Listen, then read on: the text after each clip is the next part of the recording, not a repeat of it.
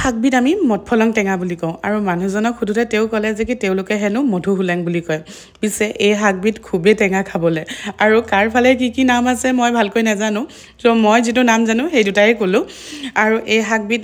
বেছিভাগ মাছেৰে খাই ভাল লাগে কিন্তু আজি মই ভাবিছোঁ যে কি এই শাকবিধ দালিৰে বনাম কাৰণ মোৰ মানুহজনে মাছ যেহেতু নাখায় আৰু দালি নৰ্মেলি যেনেকৈ বনোৱা যায় ঠিক তেনেকৈ বনাইছিলোঁ লগত মই কেইডালমান সজনাও দি লৈছোঁ কাৰণ